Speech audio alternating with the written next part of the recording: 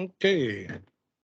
Call the meeting to order. The Village of Sayward respectfully acknowledges we're on the land gathered on is on the unceded territory, traditional territory of the Comox First Nations, the traditional keepers of our land. Call the meeting to order. Introduction of late items. Already? What do we got? Thank you. I'd like to add to 5 delegations. Ali is here to support her proposal for the school district and Strathcona Food Hub. I'd also like to add 13 new business. SRD Board First Nations Relationship and Governance invite to Mayor, Council, and CAO. And lastly, I'd like to add to 11 verbal staff cost recovery as directed report for lifeguard. That's the cost recovery staff was directed to come back with. Okay. 11, we'll say 11M. Is there any other late items? That covers it? Okay, approval of agenda. Everybody's good with the agenda? Excellent. Minutes of previous. Recommended resolution that the regular council meeting held on March 15th, 2022 be adopted. Motion, please. Second. Discussion. All in favor? Opposed? Hearing none, motion is carried. Petition and delegations. Hi, Ali. Please come up to the microphone. You forgot your guitar.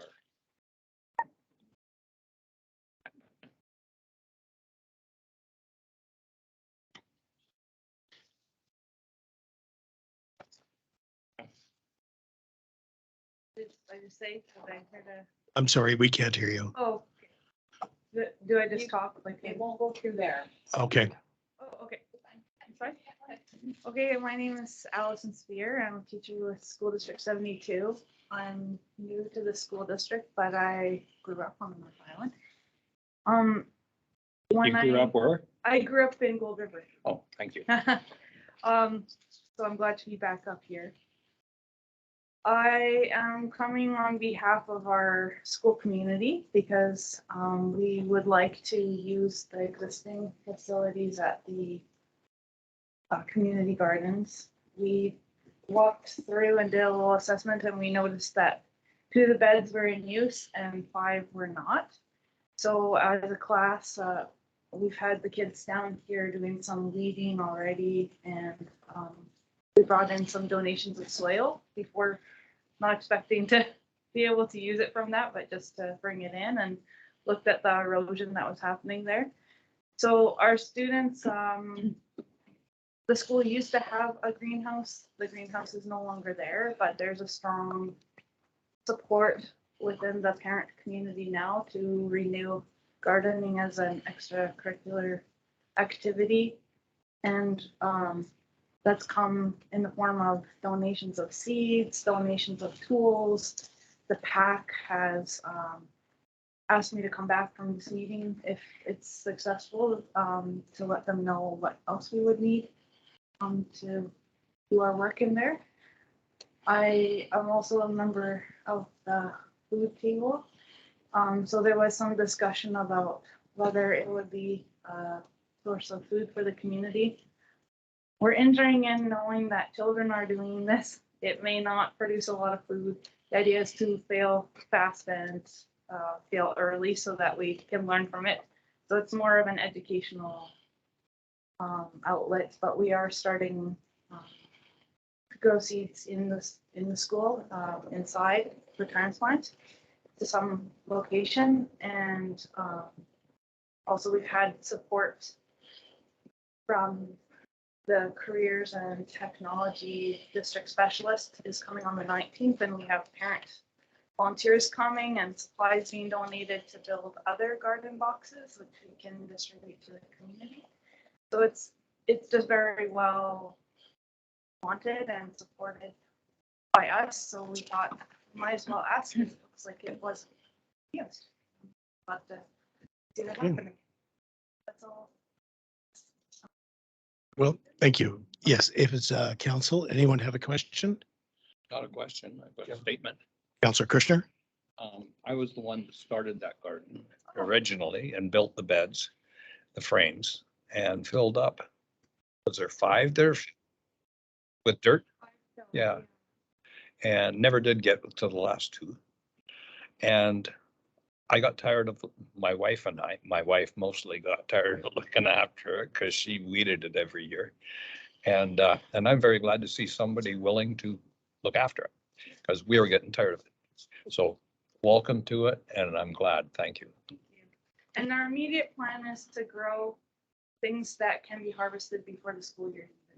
So, Yes. or that would make the soil better, even if it got left and kind of got left over the summer without being looked after. There's families, we have now families that are living in the village that have offered to come down, and as far as I know now, I'm staying in the summer here. But yeah, the challenge has been for the school to be involved in it, is that there's a high turnover of the staff. So at this time, I don't know that I'll be returning, but I'm certain the other teachers won't be. So that's why we're planning to plant things that can be actually, collected before the school year. Okay, thank you. Anyone else? Later on in the agenda, sorry, go ahead. Oh, I just want. Oh. I just wanted to say that I think it's a great idea, and whatever grows is a bonus. So even if 3 or 4 beans turn out, that's still better. That's better than what it had before. And I know from starting a community garden in Port Alberni that it's the best time for children to learn so much more than just about gardening. They learn about getting along together, helping each other. One little boy even had a baby brother that he was very mean to. And when he planted his seedlings and saw them come up, he learned very quickly how to be more careful and gentle around his brother, because he knew that if he accidentally pulled that seedling out, that it was not going to survive. So his care worker worked with him about learning about how things grow and what they need to survive. And so it's a huge learning experience. And even if you're not going to be here in the summertime, there's always winter crops to plant in the fall. So it can be basically used all year round. So I really commend you for taking this on, and I'm so glad you're here to do that. No, it is excellent. I think later on under staff reports, we're addressing this issue, and council will be addressing that. So I imagine that you would get a call this week. Okay, that would be very much. Okay, well, thank you very much for coming. Thank Yes, you. thank care. you, Ellie. Okay, number 6, correspondence. So we got from A to J. Does anybody want anything pulled? Because I know some of it we're addressing, G, we're adjusting later on in a staff report. Right. I just have 2, which is B. Oh, sorry. I just would request to pull B for Bob and D for dog. Just for quick discussion. Okay, so correspondence be accepted and pull B and D. Do I have a motion, please? Second, discussion, all in favor? Opposed? Hearing none, motion is carried. Okay, so we'll start with B, Councillor Tinsley. Thank you, Mr. Mayor. Just it's really quick on this one. The email copy, the hard copy, I'm not sure if the email, if it could be forwarded to us, because there's a link in there to the actual documentary they reference. And so it'd be nice to have that link. That's my only request, I guess, around that one. if that's possible. I think the email went to Melissa. That's not a problem, correct, CA? That'd be Okay, great, just so we can have the link. and D, For D, just it would be nice if we, as a community, could put something into that, not the same amount as the other community, to the Red Cross for the Ukraine. I would suggest $100. And I would suggest that we just in the newsletter remind people that it's a good, suggest people consider the Red Cross for the Ukraine in the next newsletter. one of the things I was going to discuss in the mayor's report, and might as well bring it up now, is one of the mayors from Cowichan has a connection in Odessa, Ukraine, and they're looking for us to send some firefighters equipment, some of the used stuff that we're not using or what have you, to Ukraine. So that can also tie in with that. So it's something that we need to give the chief a call and see whether or not he can send some donations to the Odessa Fire Department. I think the instructions were to get them to, Well, L Sebring is going to give us the address on where to ship them to. CEO, Thanks very much. I do have correspondence that's scheduled for the 19th on that. I can pull that and Okay. and feed that out, but it does have the address there. okay, perfect. I've got something to say. I also have a connection to Odessa. My grandparents came from Odessa originally, so there is a connection. Excellent. And I'm watching it very carefully, and it just bloody well slays me. Yeah, it's a horrible thing they're going through. So whatever we can do in terms to help. Is there a dollar amount? My suggestion was You're not on. Can you turn off your mic, please? Sorry, go ahead. My suggestion is $100 from the community, but if the others feel more, Council, what's your thoughts? Councillor Paulson? I liked the idea of the donation that we made to the Lytton Fire. The per capita? And it was $1 per capita. Uh-huh. I think that, and that's kind of significant, or, it might not be a lot of money, but it means that there's $1 from every person in Sayward. Actually, that's an excellent idea. I agree with that. Councillor Tinsley, you agree with that? yes, I agree with that. Councillor Krishner? Yes, I do.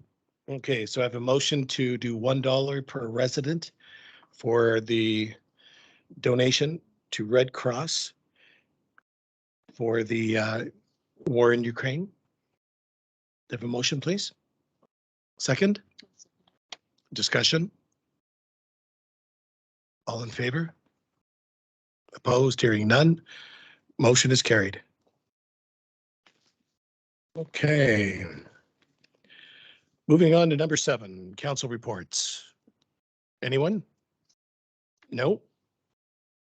Reports of committee. None? Mayor's report.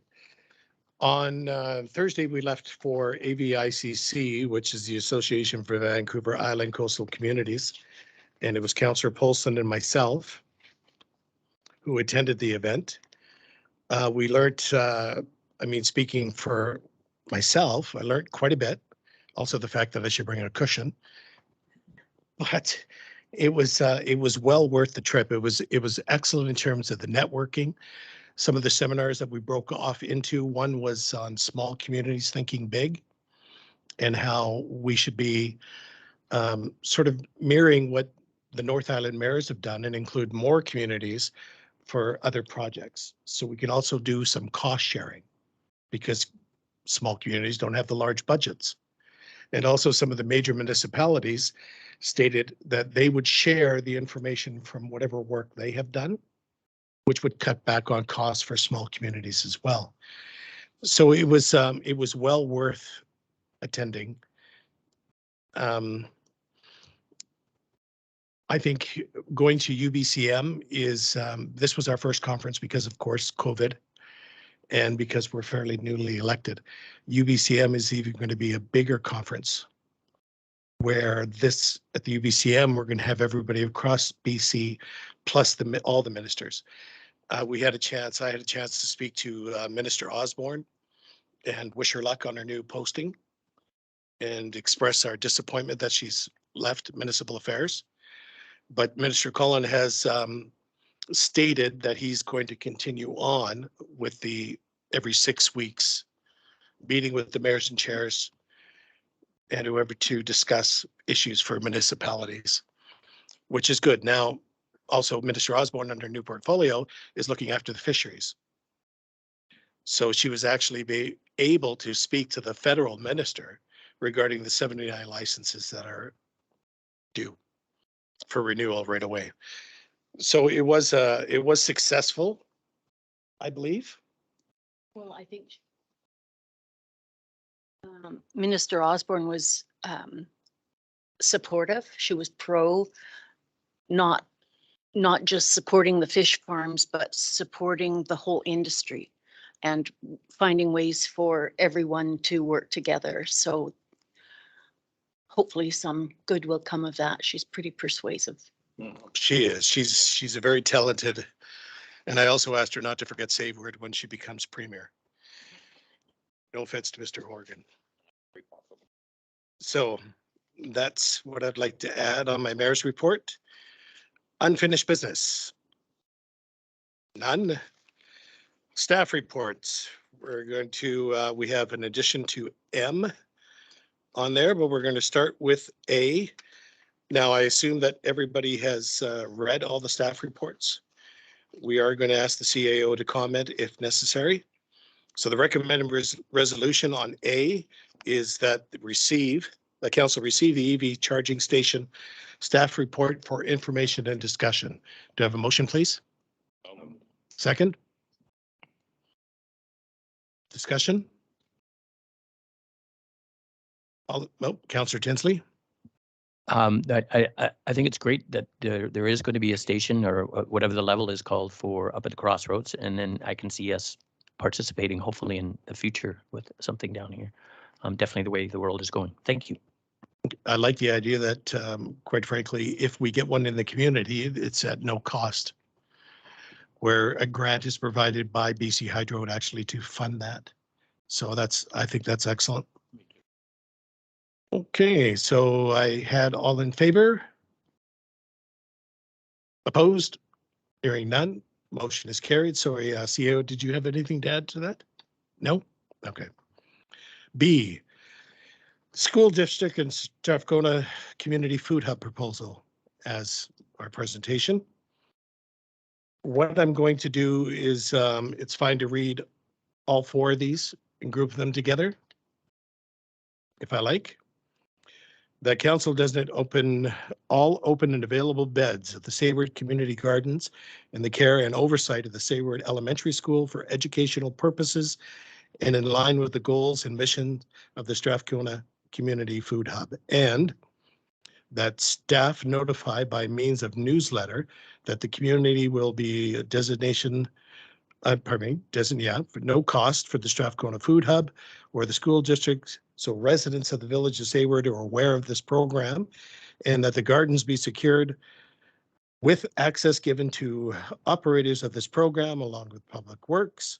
And finally, that the future consideration after the 2022 season be granted to this program pending measured of success of the program and community feedback. Do I have a motion, please? Second. And I'll second. Discussion? Councillor Paulson? Thank you. My question is about the third that the gardens be secured with access given to the operators of this program along with Public Works. Does that mean that the gardens will be locked? CAO? Through Chair, Councillor Paulson, yes, the gardens typically are locked, or at least have been in the past, to my understanding. And this is just providing access to the school district and Public Works. So it would be a lock gate, to my understanding. There is the gate that can be locked. So we don't have any raiding going on? So I just, I'll let you know that the garden that I started in Port Alberni had 26 beds, and it was in the lower part of Port Alberni where there was lots of low-cost housing. Our garden was fenced and had a gate on it because we were quite close to the composting site and the deer were coming to eat things, so we had it, but we never ever had it locked. And the only thing that was ever taken was some young kids came along and pulled up some carrots and took them home for their family to eat because they were hungry. So it may create a problem if it's locked, especially in the summertime for people coming down and where's the key? And if Public Works is only working 8 to 4 and they're not in the yard, how are they going to get access to getting in? So I think that's a point of discussion with Ally to see how she feels about it. But I would certainly recommend that it not be locked. Was it ever locked while you were there? No, it never was. And every once in a while we'd hang the lock on it, but no, it was never locked. And we never ever had any problems with it. So may I make a suggestion that we keep it unlocked unless something does happen, and then we can revisit the issue? That sounds good to me. Is that fair? Councillor Tinsley? I think that's fair. I just want to add a suggestion that a sign be put up, much like marinas. If you ensure this gate is always closed, just because we do have elk, right? If someone walks in there and it's not locked, right, and they leave the gate open, then it's a good feast for elk. True. Okay. Thank you. So should we strike that? We can make an amendment. Sorry, CAO? Thank you, Mayor. The only consideration on the locking was in the event that somebody other than the students came and did harvesting or what have you, that kind of would throw an immediate wrench into the learning program. So I think that was the original thought behind it. But again, we can make amendments if council sees fit. Or you can speak to LA in regarding that first before a decision's made. Just Okay, so the amendment to this is to speak to the head of the Sayward School for Educational Purposes for the Strathcona Community Food and Hub to see whether or not she wants that secured. And just real quick, an idea is an alternative is a combination lock, cheap combination lock. That then you don't have to worry about, only so many people know it, and then every couple of years when you know that everyone knows it, you get another one, right? Yeah. Yeah, so we'll check with LA to see whether or not she believes it should be secured or not. We Just can if make they a were pulling decision that. from there. And I think. Oh. Oh, geez. I do believe that if someone comes in and destroys the plants or picks things that they're not entitled to, that also is a learning experience. It's also a learning experience for the children, because then they learn that somebody is not respecting the work that they're doing, and so they can grow from that. So, I mean, the time the carrots were stolen out of the garden, once we found out who did it and why they had done it, that was what the community garden was all about, was to share the food. So Yeah. Okay, it's so all in favor? Opposed? Hearing none. Carried. C, Federation of Canadian Municipalities, the FC Asset Management Grant. Okay, we're going to do all 3, 4 again. Okay, the recommended resolution that council approves 5908, not including tax, for urban systems to apply for the Municipal Asset Management Program. The FCM grant, 50,000 for the purpose of funding more fulsome asset risk management program. And if funding allows, asset management system in line with the 2022 strategic plan. And the council approve the CFO designate $5,000 towards the FCM Asset Management Grant Program as the village contribution at 10% as per grant guidelines. And finally, the council approve if successful in the grant application, Urban Systems to complete a full asset management plan for the village, replacing the 2016 adopted and 2019 unadopted plan. Do I have a motion, please? Second, discussion? All in favor? Councillor Paulson? I wonder if, I see that this is included in the 2022 budget, this grant. The recommendation that Urban Systems do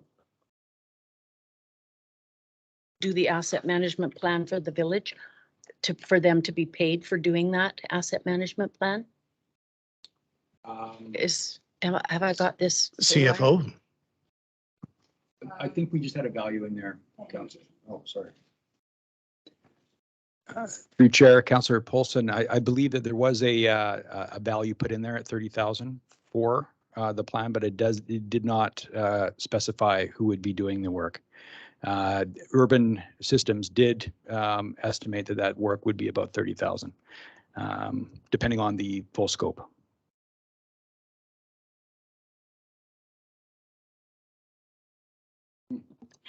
So what I'm questioning is if we pass this now and then come to discussing the budget and there's some interest or issues about having that much in the budget and for a grant paying someone to do a grant application, where's that going to leave this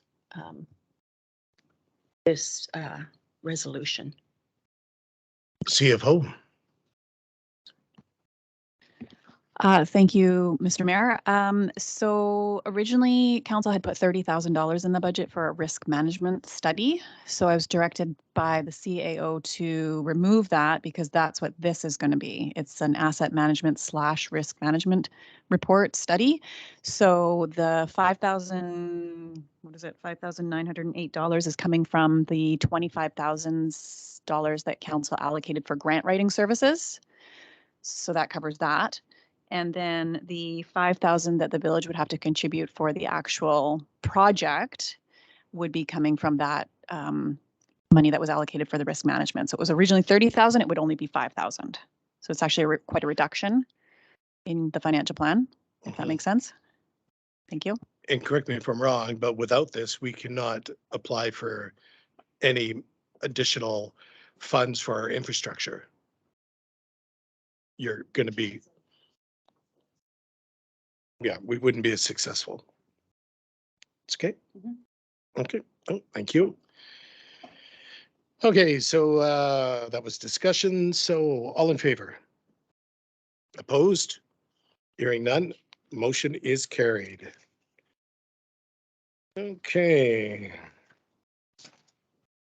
I believe we're on D. Final reporting from the ICIP, Municipal Raw Water Intake and Dam Decommissioning Project, C40255. Recommended resolution that council approve $15,000, tax not included, for contract labor for the purposes of contracting Urban Systems to do all the reporting to satisfy and mandatory grant reporting and allow up to $5,000 in constituency. Pardon me, easy for you to say, Mark. Contingency, you know what I mean. Contingency, that's it. Thank you. Thank you, that's it. So do we have a motion on the floor? I'll move that. Second? Now discussion. CAO, can you get a little bit more clarification on this for us, please? I can. So with the dam project, we have now crossed the threshold of 75% of funding, and that triggered necessary reporting to be able to get the rest of the payment for the claim. So this reporting is absolutely necessary. And when we talk about the asset management plan, case in point is we've got a new water treatment center, we've got a new weir, although some issues with that, there's reporting that we don't have in place simply because it's newer. And so this would be able to do a very light water conservation plan. This would be a very light asset management just to satisfy this grant until the larger program takes place. So we're not funding it. But all of this will allow that necessary reporting to trigger payment to the village, the final payment against the claim. Okay, so correct me if I'm wrong. So originally when the grant was brought forth, there was an additional fund set aside for this. That's correct. And there should have been? My take on that is yes. Okay. Yeah. Thank you. Okay, so we have a motion, please. No, that way we already did that. Second, we're in discussion. So all in favor? Opposed? Hearing none, motion is carried. Comox First Nation Guardian Watchman Program. The recommended resolution is that council consider contribution of $2,000 per year for 4 years towards KFN Guardian Program for the work in the Saybird Estuary. Do I have a motion, please? I'll move that. Second? Discussion. Councillor Tinsley? Thank you, Mr. Mayor. It's more like it's great. I want to support it. My only concern is around the dollar level we're looking at. I know Campbell River has a lot of things they have to do, but they also have 40,000 people, and we have 311. So I'm looking at them donating 5,000, and we're looking at 2,000 on here. So I'm just kind of questioning our ability to do that. I'm not sure, is it in our budget or can? Yeah, I think the reason why the 2,000 is because of the work they do in our estuary. I see. Okay. Because how well used the estuary is and Mm, how we want to promote that. right. Okay. So I think that's where that amount. Okay. Councillor, oh, just one moment. Councillor Kushner? I'm sorry. And there is a group comes in annually and does a lot of work in the estuary and computer work with the stars and whatever. So yeah, they're busy in there. Okay, Councillor Paulson? So you're reaching. I agree with Councillor Tinsley. It does seem like an awful lot of money, and I wonder if the Comox First Nations has other funds that they can access for doing this work. This is the first time I've ever heard of a request coming through, and so I'm just curious as to how it came about. CAO? Thank you, Mr. Mayor. Councillor Paulson. Thank you, Councillor Paulson. Yeah, this came about. This came about as I reached out to Todd Boychuk as we start to build the relationship staff to staff level first. An amazing discussion, and during that time, Mr. Boychuk indicated that there was a letter from Chief Rempel that wanted me to share with Mayor and Council about the work that the Watchman is doing, and also share what Campbell River has done. And there was an invitation at some point. We are looking in the summer to have Mayor and Council join the Watchman and learn a little bit more about that program, which is very exciting. Now, for clarity, that the dollar value is definitely something that Mayor and Council can discuss. That value was put in the staff report, as I also reached out to Director Wally to put this in front of him as well. The estuary is also relative to the valley. He has declined at this time. So again, that's something that he will watch. And I did tell him that when the invitation comes out this summer, he'll definitely be on the list of invitation on that as well. So dollar value is again up to council, but it does look like it's a fantastic program for our estuary, and they're doing some great work in there. So would that, by the work that they're doing, and they're cleaning up the estuary and the trails, correct? Mhm. So that would take, then the time and the money from the tourism committee wouldn't be spent doing the same thing. Would that not be correct? I'm not sure It'd be a how duplication of service those dollars are. No, I wouldn't. in terms of the trail cleanup. Councillor Tinsley? Oh, thank you, Mr. Mayor. I think the cleanup is part of it. There's additional things such as monitoring for any unusual activities, and also considering some of the indigenous histories in the areas and right. So, you know, in speaking to my previous concern about the dollars in our discussion here, I would say that as long as we have it, we want to step forward as much as possible. I'm very disappointed in Mr. Wally's position, which I find quite unusual, to split the cost. But if that's the way it be for this this period, I think if we can afford it, we should, because we are attempting to build as many bridges as possible. Thank you. Agreed. Councillor Paulson?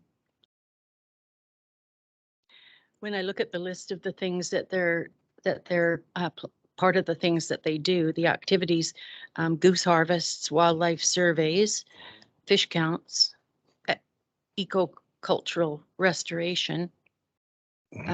I'm just, again, wondering what kind of funding they have for that, and if they apply for grants and Well, I would It- assume that the monies that we're giving them is not enough for them to fund the program. oh, I don't think so So either. I would assume that there would be far more additional funds available. I think the money is more of A token? part of a token, but also to show our commitment to the estuary. I think that's what it really represents. Councillor Can I Tinsley? just add to that? I think we're talking the same talk. I agree. It says on here that it's self-funded. They're currently self-funding it, and I think they're reaching out to communities to say this is a way for us to hold hands together and make progress together. So yeah, I think we're talking the same talk here. Okay, Thanks. I'm in favor of it myself. But let's now you had a concern about the dollar amount, and so does Councillor Paulson. Councillor Kirschner, we haven't heard from you yet. I would like to know that, I would like to know the dollar amount also.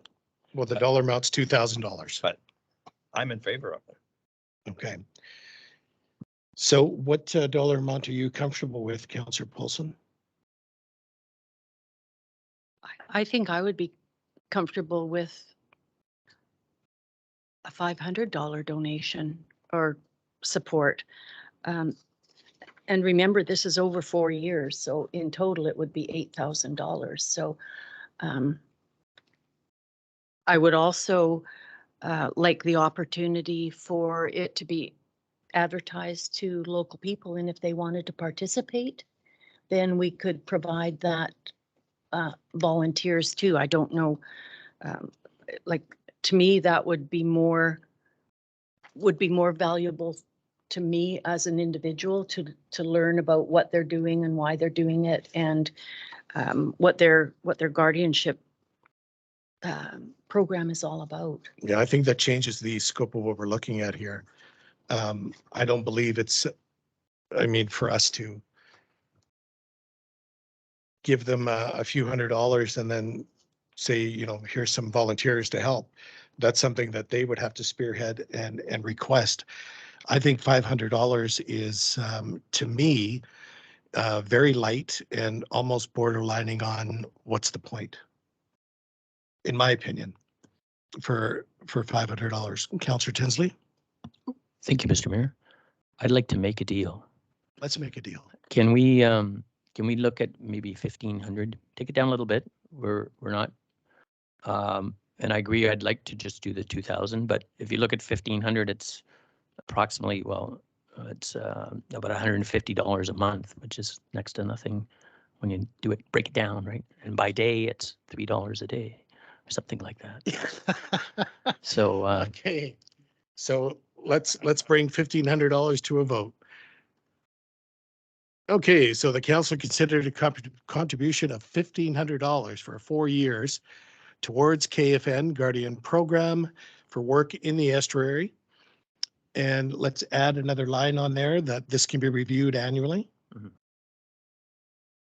Okay. Review annually for increase or decrease or what have you. So do I have a motion, please? So moved. Second? Okay. In favor? Opposed?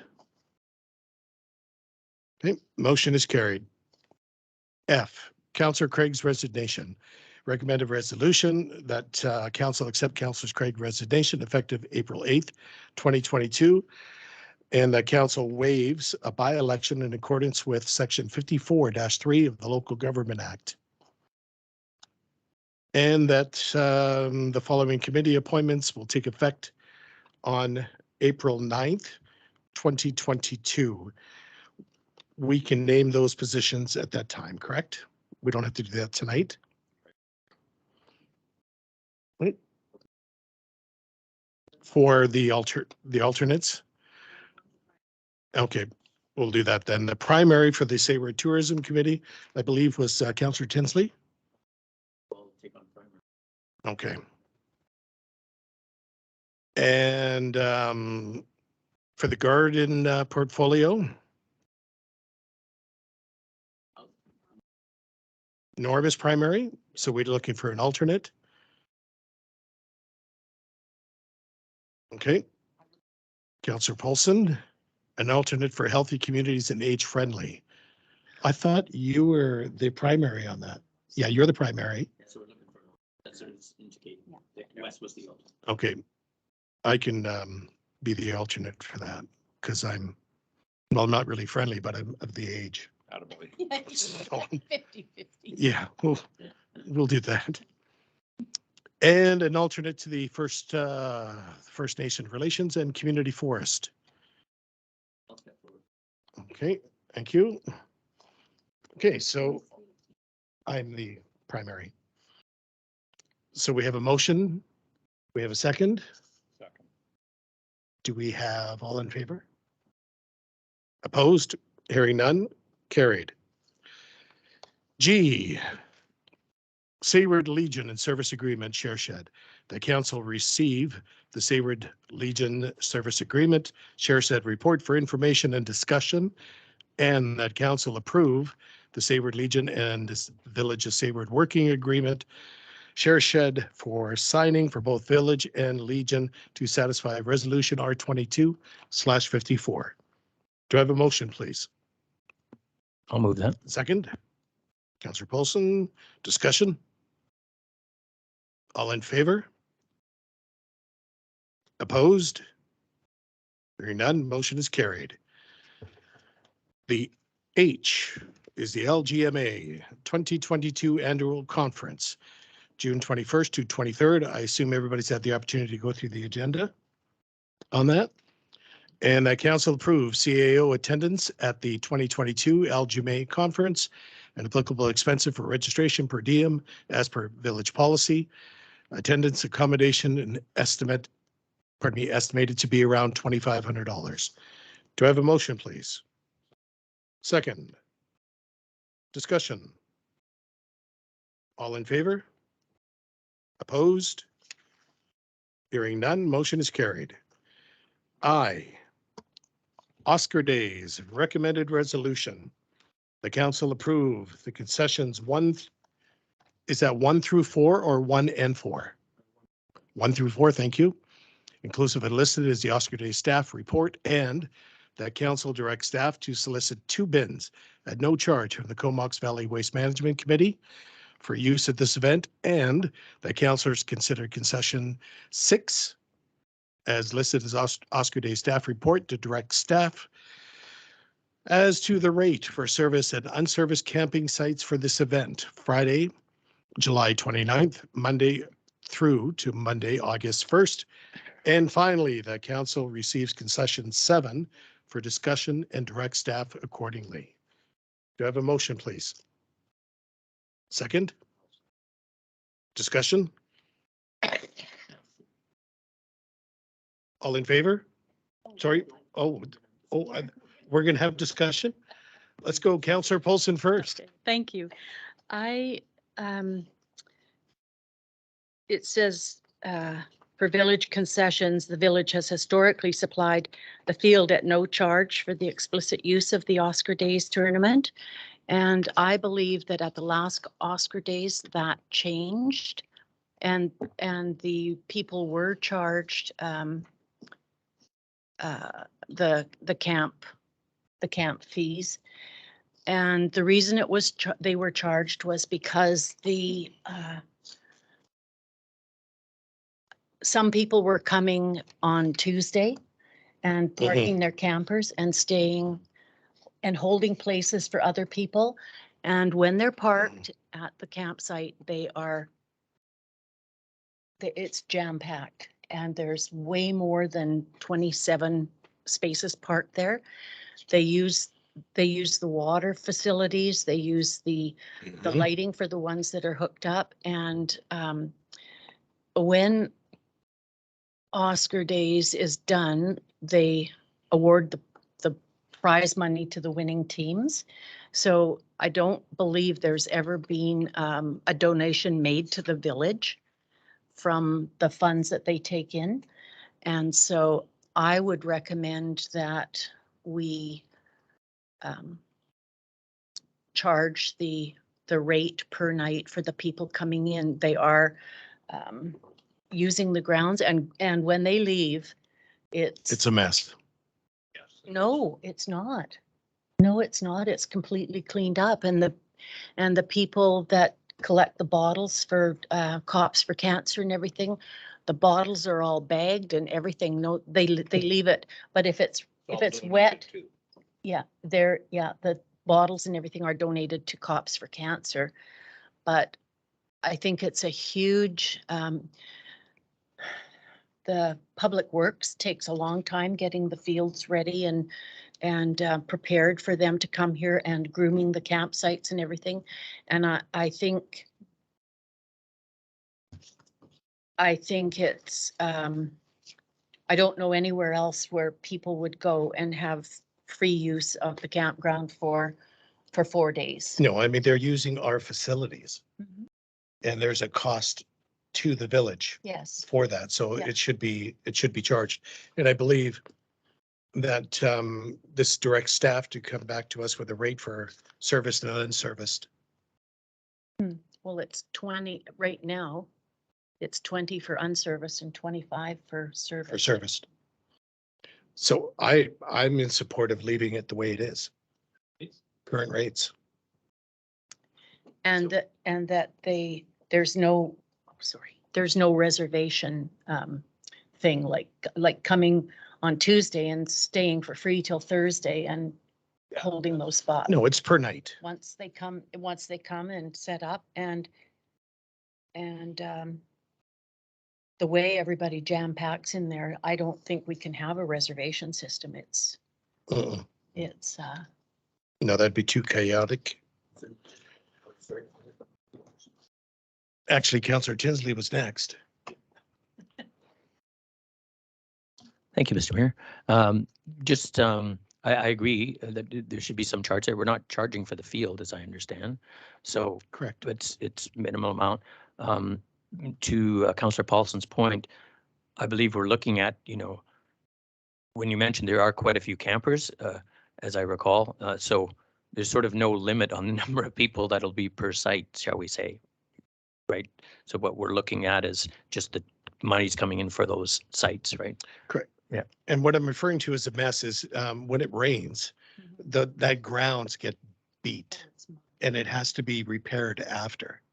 I'm not talking about garbage and so on and so forth, but I'm talking about the damage that's done to the property. And we can't predict the weather and they're still going to play and that's fine. But however, it should not be at a cost to all the taxpayers in the community. CAO? Thank you. Also for Mayor and Council's review would be having a reservation block approved. And what that would allow for is priority would be given to this particular group for those sites, as it has been done in previous years. And also for Mayor and Council's review would be if you wish to, I do understand that they cram these sites pretty good.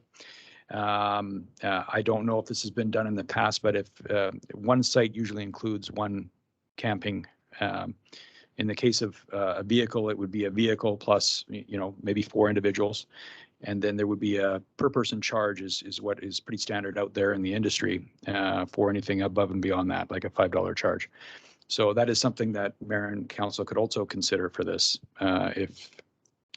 Yeah, the concern I have with that is there is not individual site numbers other than the ones that have electrical to them. Everything else is all across the grass and over by the, they put it over by the totem pole and they put it over by the exercise equipment, and that's not identified as a site for camping. Correct me if I'm wrong, but that's not numbered. But all the way down and around the totem and right. Right, but that's what they're doing. So that's why I think there should be a charge per tent opposed to site. Now, whether that drops from the $20 or down to $15 because you're charging per tent, I don't know. Sorry, just to add to the CAO's excellent comment about, so this would kind of fit if we said to them, look, your event is normally large. We'd suggest that we arrange with you to do a block for the whole campground. And this is also in fairness to other people who might come to the community, think, oh, there's an event going on, and then suddenly they realize they're in the middle of Woodstock, So without any good music. Yeah. So Yeah. so maybe there's a way. I'll defer to the CAO. He's got a pretty creative hat there. Is there a way to kind of cover off what the mayor is talking about, where we're doing a per tent or per unit or per person with a block? Thank you, Councillor Tinsley. Yes, I will talk with the organizers. I feel that per person for registered people attending is probably the easiest way to do that, so they can collect it at time of registration. And I think that will actually be favorable terms for us because if you say you've got, your maximum number of sites and you're getting $25 a site, whereas you're getting $5 per person as an example, $5 per person is very affordable still to allow for camping. So I think that would probably be favorable for both parties and easily enforceable. Run by the, not run by staff, but run by their organizers, collected at time of registration, and they would have some way of indicating that that's been paid for. So I think that would be a very manageable program. So I would suggest that that's brought back to the next meeting in terms of the details on that, on how we're going about it. Is that correct? Or did we just decide?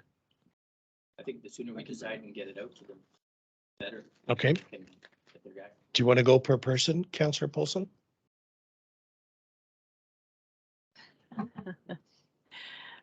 I'm just wondering how, I could sign up to say I'm going to play on a team and bring my tent and only sign myself and then bring along my Entourage. Yeah, stack them up in the tent for sleeping, and it's I don't know. It's a difficult one to. I think we'd be depending on the honesty and integrity of the people that that are using it, and there's lots of people that will be coming, I'd assume, that have been here before and haven't had to pay anything. So there'll be ways to get around it. So. Well, there always is. Councillor Tinsley? I think that's an excellent concern that Councillor Paulson's brought up, but I have an idea, which is We should have an estimate. We could do an estimate on, I forget how many teams play. So there's the minimum number of players times 7, I think it is, or 9 per team. And then there's definitely spouses and friends, so you can double that. So we have a pretty good figure there that we'd be expecting from them. We can present that to them as a realistic number. And then someone might, like myself, who lives near close by, can walk by at 1 a.m. in the morning and just listening to the snoring and figure out Yeah. if the numbers add up or they don't. If you open the tent with a bright flashlight, you'll be able to get an Yeah. accurate count. Yeah. Get more than that. Yeah, yeah. But I think we can come up with a reasonable, because I think Sorry, it was, CFO, you have, sorry, I think there was like 4 or 5 teams. And then, so it's pretty easy for us to come up with a number and just present to them. Like we realize, you know, you normally have this number of teams, so we would expect. I think Okay. there's been as high as 16, I think, and then they dropped down to 14 a couple of years ago. Teams, sorry, Teams. teams, okay. So I mean, we should be able to say, you know, this is the numbers we're kind of looking at here, and they should expect that, right? So that's the. CFO? Thank you, Mr. Mayor. So with all due respect, I think just my only comment was to be, fairly careful with what you're doing here. Are you charging for the event or are you charging for campsites? So we have our fees and charges bylaw. We're able to charge a certain fee for each campsite. Councillor Polson's comment of people coming to people's tents, maybe they're just there for dinner. Maybe they're just stopping by for a couple hours to visit and have a beer and watch the game, but they're at the campsite. So I guess I just wanted to say, be really careful as to what you're putting forth, because to me, it sounds like you're charging people to come to the event, whereas that is part of the Oscar Days Committee's responsibility and the actual event itself. So maybe it is just honor system. So council can approve the charges for the campsites. That's passed along to the Oscar Days Committee, that campsites will be, there will be a fee for campsites this year, and it's honor system. Per tent, Well, per campsite. per campsite. Yeah, for Okay, what we normally do for any other camper. Thank you. okay. No, I mean, that's pretty close to my original thought on that. Yeah. Go ahead, Councillor. So then we could still do that with the block reservation. Yes. Like I think it would be very clear to them, they need to reserve them all, and just remind them that it's also to respect for other people who, wouldn't want to be surprised if they're in the middle of something, right? Correct. Okay, let's run with that. Do we have everybody in agreements? Okay. We did all the motion. Is that not correct? We're just in discussions. We're discussion. Okay, all in favor? Pardon me, if I could just seek clarity on the motion. I believe that item 7 is also something that you might want to address, which is bylaw adjustment permit or variance permit to accommodate event end times at 12 a.m. on Friday, 1 a.m. on Saturday, 1 a.m. on Sunday, and no adjustment for the Monday. Mm-hmm. So what, can we just vote on this one for the campsite charges first? I would suggest you do 1 to 4 first in a motion. Oh, I see. Okay. Yep. Okay, we'll go individually then. On the board.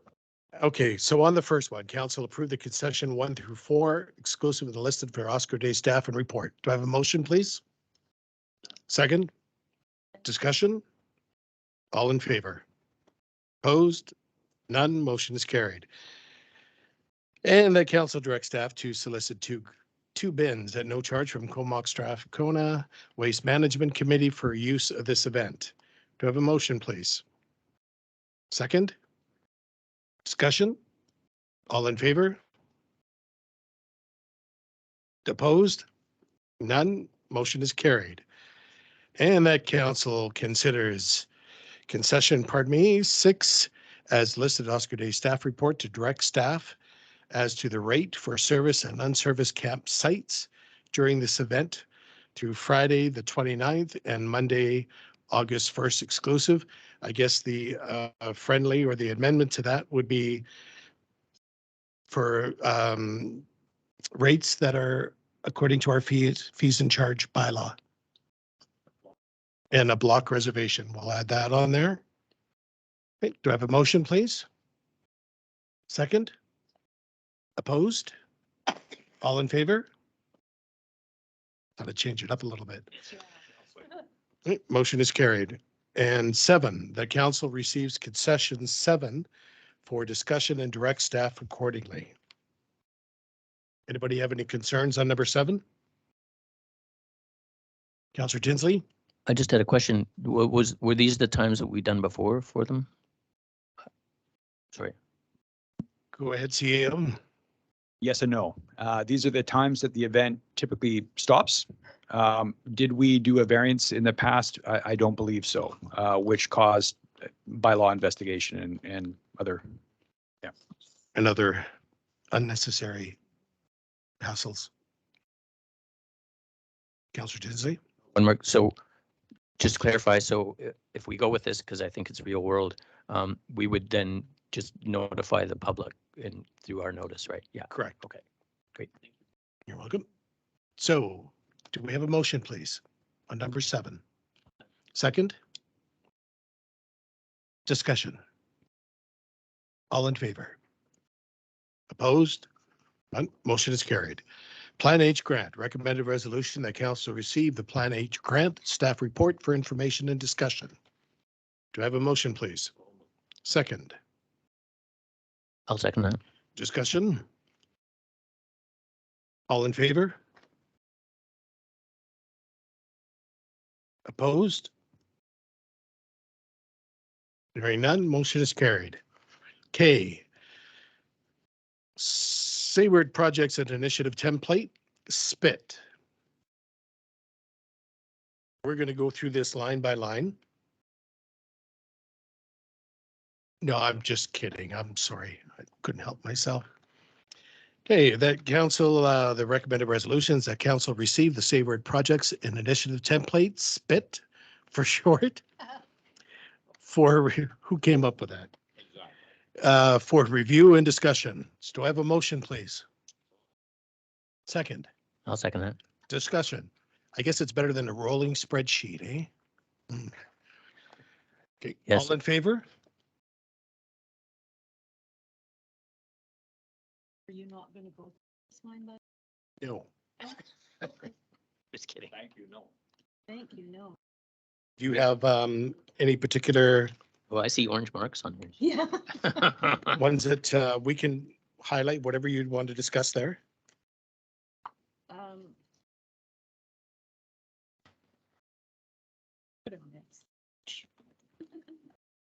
We need more room. On page 70, the Kelsey Center short and long-term planning.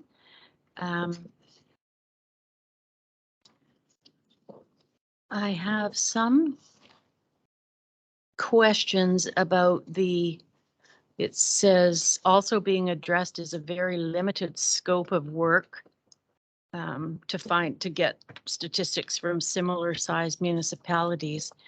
And there is dialogue with village and valley user groups to better understand what the community is wanting to see for programming for long-term strategy. So I'm just wondering if it's realistic right now to be working on, I know we're working on short-term strategies, but is it realistic to be working on long-term strategies when we're still waiting for the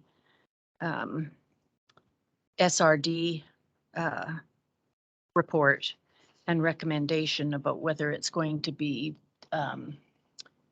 regionalized or not? So if we're putting effort and time into long-term, is that really the best use of our time when we come down to finding out how I mean, it's a crapshoot, right? Absolutely. But I agree that, I mean, most of the effort should be in relation to short-term. Short-term's fixed Yeah. this year because it was also a question in the financial plan where you could see the budget Yes. took a substantial jump, which is would need some serious clarification. Go ahead, CAO. If I may, so for long-term, that sort of starts at that for long-term strategy part there. The CEO is working with SRD Area A and waiting for reports from SRD on recreation senators for review and discussion. So That's the long term? that's the long-term. Okay. So we are waiting for that SRD report. The other long-term solution the long-term work that we're doing right now is only funding. So how do we start thinking about the funding model? And we have to do that a little bit in advance, looking at what grants are out there. So that's the only work that's being done from a longer term standpoint now. Everything else is fairly short term to get that center open to a more fulsome way. Are you on? I forget what I was going to say now. I had something brilliant to say. Short term versus long term. Yeah. Memory. Ties right in there, doesn't it? Yeah. Oh dear. I can't remember what. Okay, well, you know what? It can be brought back. You can bring it back for the next meeting as well. Yeah. That's right. Do you have another that you would like to discuss? Under the policy bylaws, page 70, I just had a query as to the estimated cost of the $30,000 that is being for the need to update the zoning bylaw to match the OCP. So is that on top of us completing the OCP? And then we're looking at spending $30,000 on bylaw adjustments, zoning adjustments? Is that just for the paperwork, or is that for, I was shocked when I saw that $30,000 for. Yes, thank you, Councillor Paulson. That amount also put me back, but that is a requirement when you do your OCP. So you have to do you have to address your zoning bylaws again to reflect your OCP and the changes within the OCP. So why 30,000? So how, Where's that money going to? 30,000 is for that to be done third party, which you have to do. It's a legal review. It is a very large process. So you're saying this should have been part of the OCP budget? I would imagine so, because that is part of doing an OCP is you have to do zoning. well, So where do we get that money from? well, I thought we discussed the process of doing the rezoning once the OCP is completed and we can see where Adama's development is going to go. Are we going to approve those or change those bylaws so that he can build the things that so that it's rezoned to single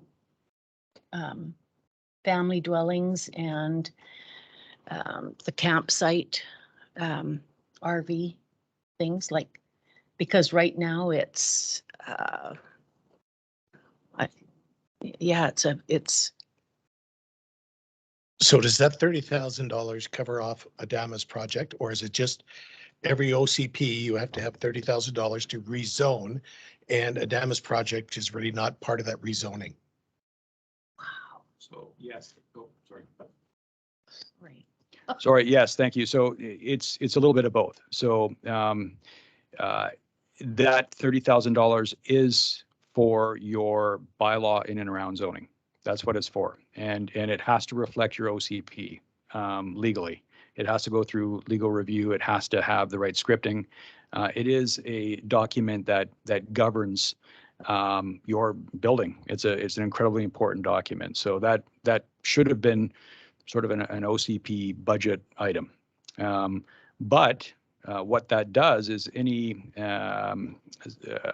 application you have, and Adama is one of them, that OCP will dictate your zoning and what your developers can and cannot do. But we still have the ability, correct me if I'm wrong, to make adjustments to the OCP zoning as projects come forth, correct? And to the zoning bylaws. You can do yes, you can do adjustments. So this money is for legal? This money is for planners and legal, resulting in your end product. Yes. And I did get quotes from a couple of different parties, and they're all in and around that value for this scope of work. Thank you. Councillor Tinsley? Thank you, Mr. Mayor. So yeah, it's obviously disappointing that we didn't consider this earlier. It is a requirement, but I also believe it's designed to protect everyone, us included, Agreed. and proposed developers, and also to prevent a legal challenge to any conflict that could arise between the current situation, which people are always looking for. So it needs to be vetted that way. So Yeah, I guess it's just for me, it's this, the surprise. Yes, and yes, for yes. Councillor Polson, I'm getting the surprise of $30,000 where Yeah. we already have overages in our OCP and all of a sudden we're looking at an additional 50,000 to put this thing to bed. And that's, that to me is frustrating. Go ahead, Councillor Tinsley. I think we all agree it's frustrating, but given the time since the last OCP update and the amount of change that's happening in the community, this will be money well spent for our future and our growth. So everyone get their Visa card out. Well, council, there's no Christmas bonus. Oh darn, I was depending on that. Yeah. I don't think it's disappointing because that it's an obligation that we have to do. I think it's disappointing that we had a planner start the OCP and that we weren't made aware of this at the beginning. And this wasn't part of the cost. The way I understood it was that the OCP was going to cost $50,000 and we had the grants for that. And like if this is a legal requirement, it certainly should have been included in the budget. So that's what I'm disappointed about, not that now it's a legal thing and we have to do it. I'm disappointed that we weren't given that information. Correct. We weren't aware of the extra 30,000. Okay, let's move on. Oh, CFO. Thank you, Mr. Mayor. So I just wanted to make a comment about that. The OCP project itself was started back in, I believe, 2020, because I remember doing the grant application for UBCM. So it may have even been the end of 2019. And at that point, it was strictly to start the process of updating the OCP. Yes, eventually your zoning bylaw needs to be updated to reflect what's in the OCP, but it wasn't part of that project. And as we all know, in 2020, there was a governance vacuum, people left, etc. So correct, it probably should have been brought to council as a information item that look at once you're done this project, OCP is finished, you now need to move on to stage 2, phase 2 of updating your zoning bylaw. I don't think it's any fault of anybody who did the project originally, the OCP or anything like that. It's probably just the information was missed. They are two separate things. They're tied together, but they are two separate projects. And there is no guarantee that it's going to be done anytime.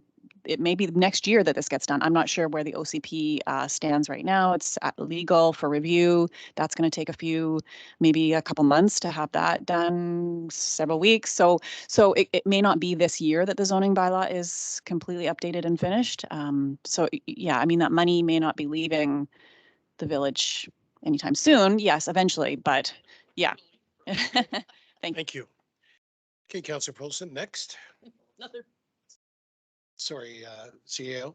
Sorry, Mayor, I was just going to say that, yeah, CFO was very, very correct. So in terms of timelining, there's lots to think about on this too. So for example, the fire department expressed concern today about 3 stories and the fact that there's no elevator in 3-story buildings. So these are all things that we have to consider when we start to build out that other document, right? Yeah, So- from what I understood, in order to go higher than the current, you have to have a ladder truck, and that's generally something that is supplied from the developer if they wish to build Mhm. a 3, 4, 5, 6-story building. So that's not I mean, they won't allow you to build any higher if you can't access it through fire. That's right. So that's not Yeah. So- And that is the rule of 3 floors and you need an elevator. So, No, that's just. No, no. For firefighting. okay. Yeah. Gotcha. Thank you. For consideration when it comes to a dog. So in the next box. Oh, sorry. Jeez. In the next box,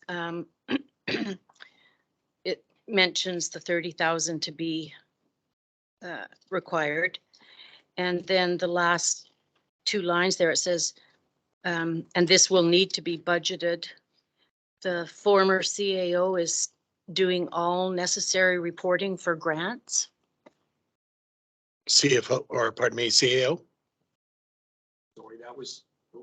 That was a typo, Counselor. There. No, sorry, that was for to satisfy the OCP. So that reporting, I understand CFO has been, I haven't touched base yet to see if that reporting has been submitted by Ann at this time. No, we haven't. Okay. So I would get back to you on that, but So we that's can bring something that forward she- to the next meeting? she was charged with, yeah. Okay. Yeah, I was. And then,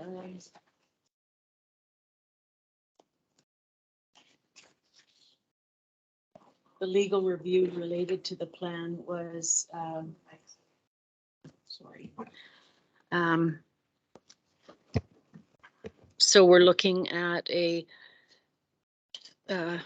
3 to 5,000, $5 to $10,000 estimate for having the legal review approved, or it was approved to do the legal review. I don't remember approving that, but, CAO oh, it's on page on 70. page 70. Yeah, a legal review related to the plan. Oh, yes.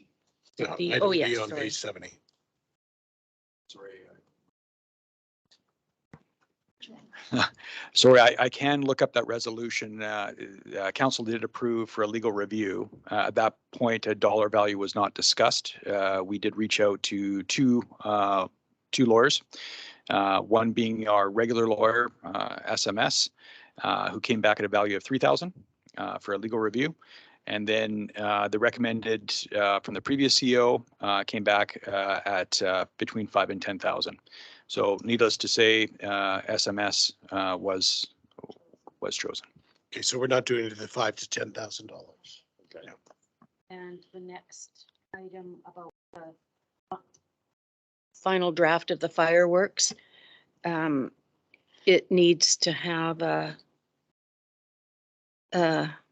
full legal review. No, it's been completed. It's been, how much did that cost? Yeah. It had to go through legal. So do we have to have every bylaw go through legal that is associated with financial or? When you have an enforcement clause, Okay, that's where the Okay. key is the enforcement clause. okay. I mean, otherwise we just have paper. Mhm. Yeah. Okay. Yeah. Very well. So, yeah, yes, yeah, okay. So then, so I'm on the next page, on page 71, the public nuisance bylaw. It's tabled till April 7th, meeting of council.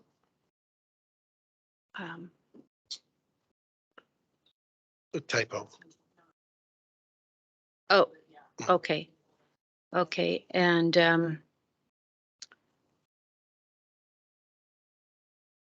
oh, I see. If I kept reading, I would see that farther. I have a question regarding B, recreational backyard fire pits. We're looking at having those requiring a permit every time you want to roast a weenie in your back fire pit. CO? Sorry, as I understand that, the goal on that one was to get a annual permit that would allow that to take place.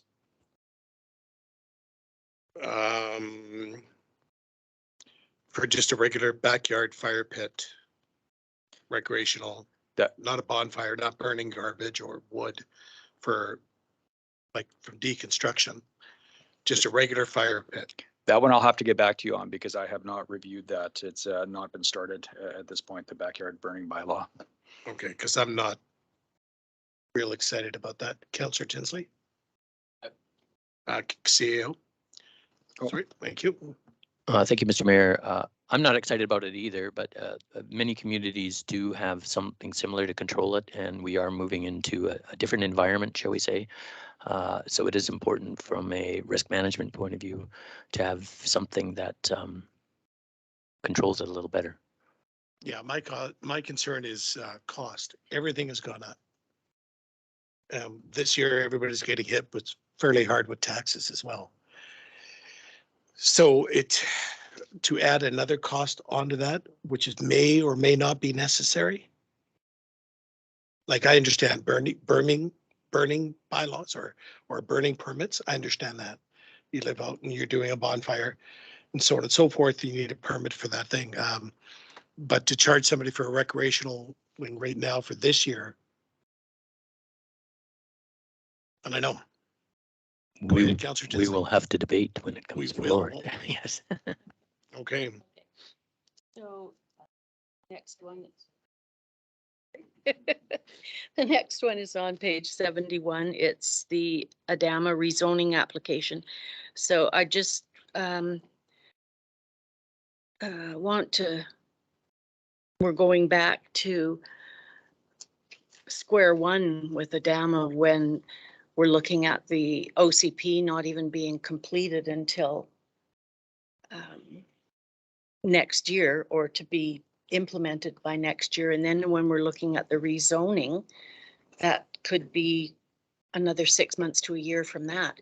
And it was my understanding that when we first talked to him and we were getting the OCP done, that it would probably be by September that he would be able to rezone that place. So it's just now it's gone to the SRD. So and I just have a question about the cost of the SRD doing it. And I understand they charge an hourly rate.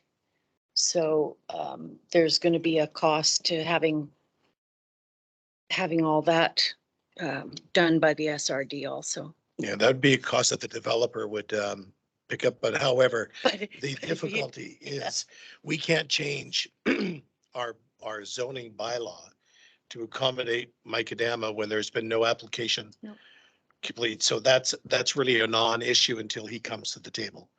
So whether that would be this year, next year, or 10 years from now. So he doesn't really play a part in that at this point until we get information. And any cost that we incur is a cost that's incurred to, I mean, if we're rezoning for him, that's his cost. That's not our responsibility for our taxpayers. That becomes his cost. CAO. Thank you, Mayor Baker. Sue Polson, I would be delighted to share more details on that with you in camera. So we can have a more fulsome discussion at that point.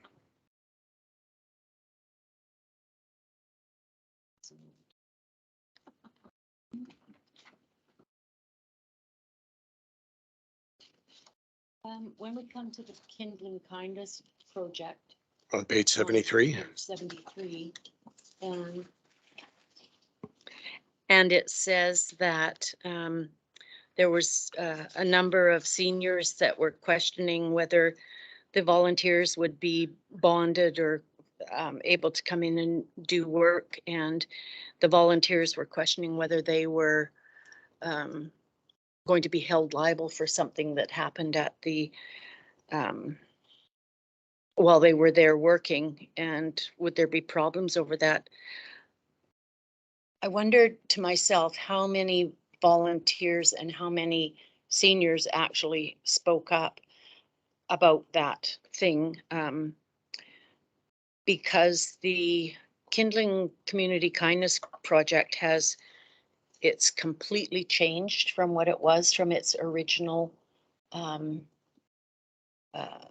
application and what was going to be happening. And the Public Works was going to be mentoring whoever was the person that was hired to do these outside jobs. And there wasn't inside jobs or any type of thing like that. It was all outside lawn cutting and garden tending and just cleanup. So it's taken a huge change to something totally different, and I'm quite happy with what it's changed to, because it will benefit the whole community rather than just individuals. But I only know of one person that applied to have some help done, and we never got any calls from Sayward Futures to ask for help, except when we had our employee hired for that 8-week period, who was shoveling snow and taking apart broken down sheds and piling lumber and things. So, and I had first met and suggested that we could have our employee work with the employee that came on board with the village. And because our grant ran out and this one hadn't even started yet, I think it's changed for the better, but it's just. Can I, Mhm. sorry, so what question do you have on that? What question do I have? I just wanted to know the number of seniors that had asked about Okay. Okay. because I didn't get any feedback. And when last summer, we did offer this same thing only through our employees, and had people referred to us through the clinic and the paramedic and some other group. And we approached those people and asked, provided the help that they wanted. So it just concerned me that there was. Okay. CAO. Thank you, Mayor. To Councillor Paulson, yes, we had 3 or 4 calls. I can get more clarity on that from Melissa. It was a blend between those who wanted work and those who were working. When we really asked ourselves, about liability, it became very, very clear that we had a problem. I was not aware that Public Works was to sort of shadow somebody, but even with that position probably wouldn't have the bandwidth to do that. But it was more a liability issue, and the liability issue was addressed with the good folks at Plan H, and they agreed that to put everybody through police clearances or extend liabilities would quickly eat up 5,000. And so you would be in a position where you'd have a couple of certified people and no funding to get the work done, unfortunately. So I think the spirit and nature of the original design was beautiful, but hard to execute these days from a liability perspective, unfortunately. So if you wanted more clarity on exact numbers of seniors call, I can certainly chat with reception and get that for you. Perfect. M. CAO. What is M again? M is one of the late item lifeguard. Sorry? Right.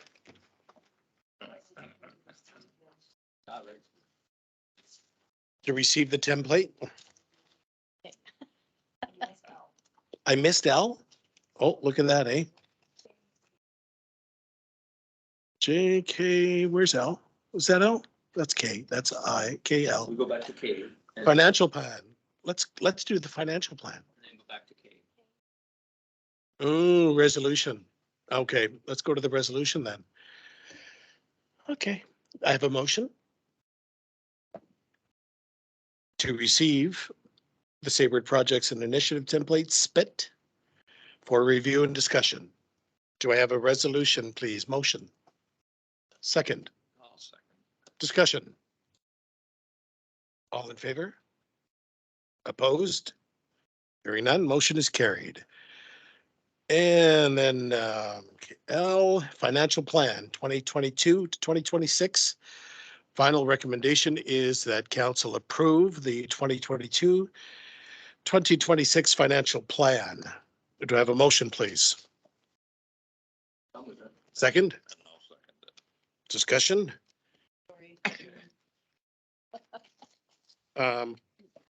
Okay, we'll let you go first there. Oh, did you have some things? That's quick. You go ahead. Councillor Paulson. Thank you.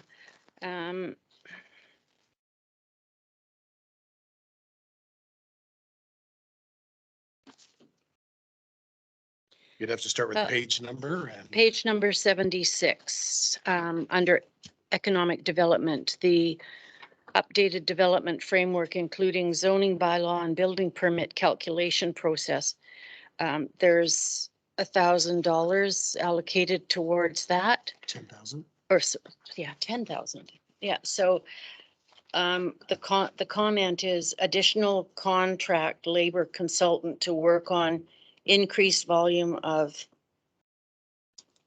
BPs and DPAs. So I'm not quite clear what that $10,000 is for. CFO. Oh, okay, CAO. Sorry, just a minute. Thank you, Councillor Paulson. Yeah, that was that amount that we had talked about earlier that is primarily for SRD to assist with some of the larger moving parts. So this would be subdivisions. This would be a bit of a backlog as well that we experienced from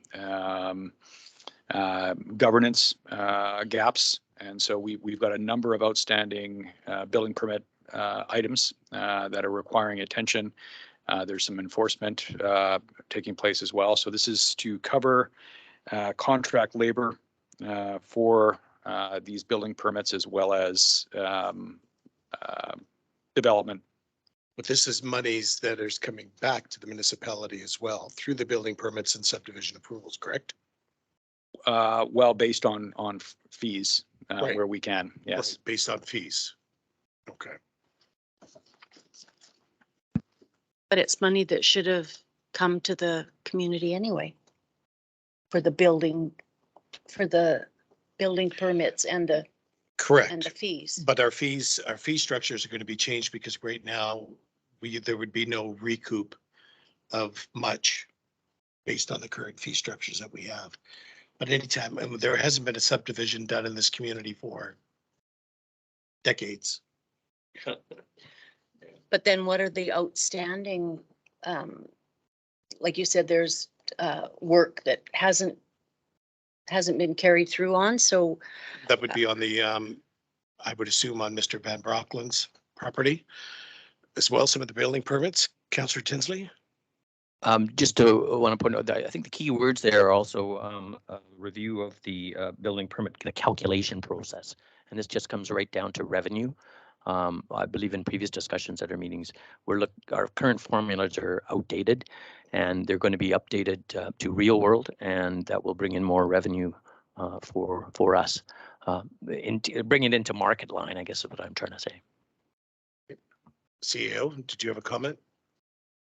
I was just going to say, in some cases, there's $1,000 difference between what the market is charging and where fees are charging for certain applications. So this also includes a bit of an SRD review so that we can look at our fee structures, take a look at other municipalities and make sure that we're in line and not leaving money on the table. So, you know, there is a bit of an hourly rate for that, but it is going to be efficient. And to me, the ROI is pretty quick when you compare the hourly rate to, you know, in that case, like an OCP amendment, as an example, for subdivision. And rezoning, other municipalities are charging $5,000 just for that, whereas we fail to charge on the Adama period. So I think this is going to be paying for itself very, very quickly. So I guess my question is that this $10,000 is going to pay SRD to do the review. Is that correct? In part. So there's also funding required for our building inspector, who does have a number of stops to make, and we are billed for that work as well. So it is SRD labor overall.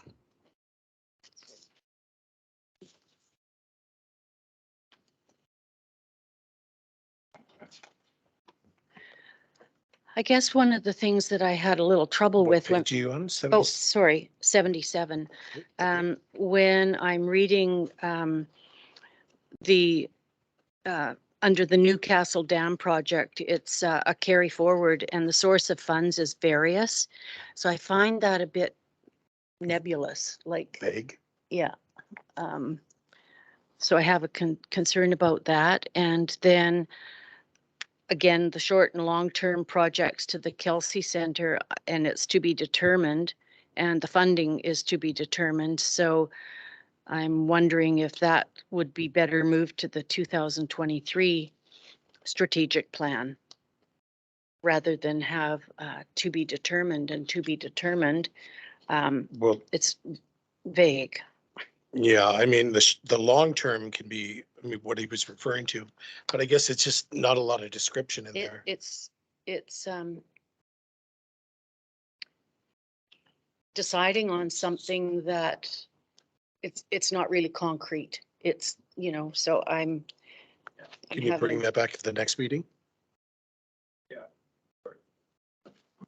Certainly, yeah, we can bring that to the next meeting. I guess there were some uncontrollables on there. So for example, the SRD report, when that would be started, when we would receive it. So we just didn't have some of those details. And quite frankly, we still don't for the long term. But we are hoping to have some more information just on the short term. And we've dealt with some of those already. For example, the lifeguarding. So yes, that can be brought back. Okay, thank you. And then on page 78, the 2022 taxes will be increased by 8%. I must have had a brain block because I thought it was 7%, but did we decide to go up to 8%? We decided that it was going to be 7% just to cover the bills and what we have on the strategic plan. Yeah. The extra 1% was strictly to go to reserves. Yeah. Oh, and then I got a whole bunch on the next page. Okay. I know people are getting tired. Go ahead. So my question on page 79 is, what if we can't afford these capital items like the Newcastle Dam, the genset lift stations, snow and salting truck, like, I don't do we put them in the budget and then just hope we're going to have the funding for it, or because it's TBD? That's with your 7%. No, this is the capital items currently budgeted for 2022 are listed below. But Yeah. the source of revenue is to be determined and question grant funding. So it's again, are we passing something or agreeing to something that is vague? Or should these be moved to the 2023? Well, no, like the Newcastle Dam project's supposed to be completed this summer. So that's in 2022. The gensets for the lift stations are already in place. So it's just the wording on that is incorrect. Those are already in place. The snow and the salt truck is already something that's purchased that we're paying on. So that's not anything new. So again, it's just not clearly defined in the report. You know, the through MFA is where we took the loan. Yes, no, I had that. Replace rescue number 33, $250,000. Yeah, that's something that should be in the long term somewhere else. Yes. That should be somewhere out there. Correct. I mean, the gen set for fire hall number one has been an item of discussion for quite some time now, because when we do have 4 days of the power outage, they can't replace the air brakes. So they can't drive it. Really. So it's a huge, it's a concern, because they don't have the generator that will kick in for to do the air on the trucks, right? So that's an issue that we have to look at, and we're looking at a cost shared, but we don't know what's happening with our fire department at this point either. So it's just the wording of what you see here, replacing Rescue 33. I mean, that's not even something that we're doing right now. So it's just the wording in the report is unclear on where that's coming from, how soon that has to be replaced, and are we looking at that at this point? So really, that's not part of it as far as I see. CAO, did you want to comment on that? CFO? Thank you. So, I mean, I see what you're saying about the wording. Things that have been included are items that have flown through from other reports, so your asset management reports. Mhm. So Rescue 33 is due to be replaced in 2022. So, you know, the financial plan, all of that information flows from other things, your strategic plan, your asset management plans, all of that. So that's where that's coming from. Does the village have money to purchase that vehicle this year? No. So is there a grant out there that may cover the purchase of that vehicle? Possibly. So that's something that is in the plan to look into for this year, because it's part of your asset management plan to replace that vehicle this year. So that's what you're referring to as to be determined grant funding. Correct.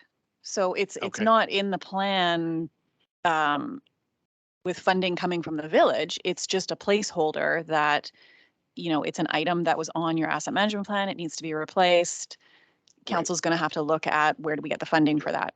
So That's one of the things with the possible grant. That was something that was discussed at AVICC from the resolution that was brought forward from Port Hardy, from Dennis Dugas, the mayor, in terms of the province giving some of the gas tax and funding to the local communities, smaller centers for capital projects such as that, because most of our departments do all the work on the highways and not just in their villages or small communities. The scary thing is I don't know if he's gonna do it anymore. Now, a tanker truck is 400,000, but that's not something that we're looking at either. So my last few comments are under the COVID-19 reserve on page 79. And a lot of the, I realize that these are all areas where the COVID-19 reserve can be applied.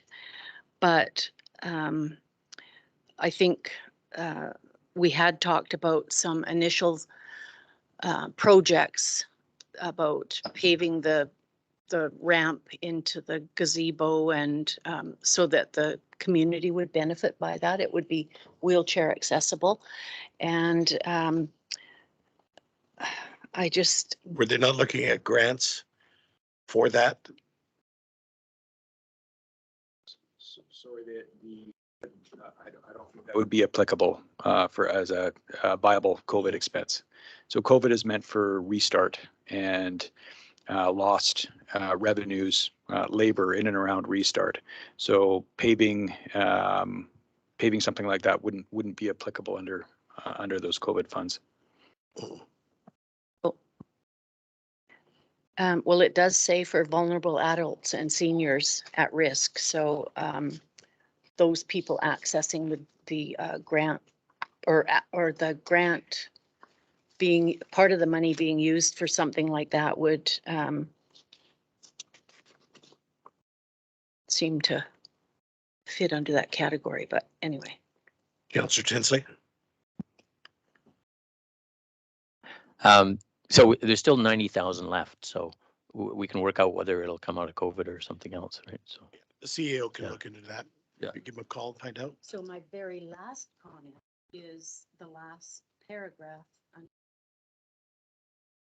The last paragraph under number 3 on page 79.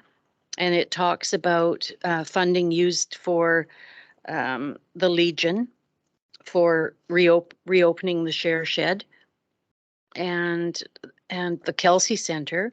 And I just want to point out that there is no mention of any support for the food hub, which was initiated by the SRD Health Network and all of the village municipalities in the North Island. I've been sitting on that committee since a year in February, and this is where the implementation of the food hub and getting loaves and fishes and the food up here to give out to people that are hungry and struggling for food. So I would just like to have included in there that the food hub, getting it up and running, be considered in part of using the COVID grant. So we'll Grant have to money. check with the COVID grant committee again. Well, if the Legion share shed can be Well, the funded. Legion, because it's a restart, right? So the share shed is a restart where the food hub is not a restart. So they just have to get clarification. Because the last thing we want to have happen is find out that we funded something we weren't supposed to use that money for and we get nailed for it. So just to cover ourselves. Mhm. Okay, okay. CEO? You can bring that back to the next meeting? I can, for sure, but in order for consideration for Food Hub, we would need to have from somebody from that organization give us a list of costs that would be associated with that startup program. Because right now I don't. No, Yeah. don't. Yeah. We don't. We don't. Okay. We- Okay. Because Nobody- it's, committee has just gotten started and Yeah. they haven't even elected their chair and that sort of thing, so.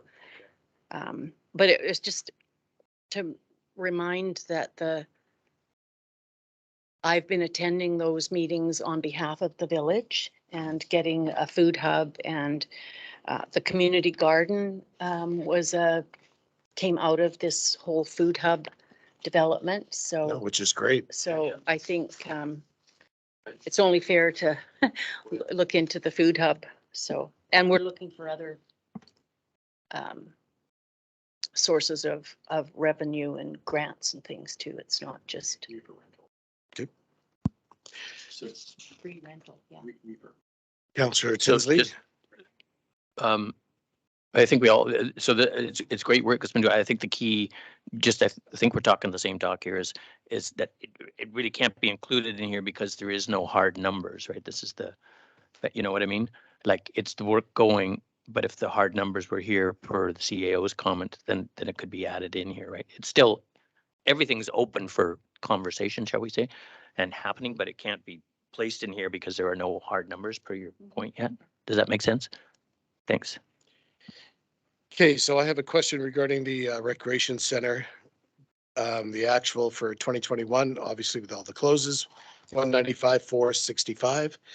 And you're budgeting, this is on the first sheet of the financial plan, page 81. And going to 276,439. So if that could be explained to me when we're using, COVID monies out of there as well. So that's, an $80,000 increase. Under total operating revenue, recreation center, page 81. Revenue. Operating revenue. Says Recreation Center, 276, 439. Expenditures, sorry. Yep, there it is. Yep. I was reading the line above, sorry. Okay, 'cause it's telling me. Expenditures. Page 81.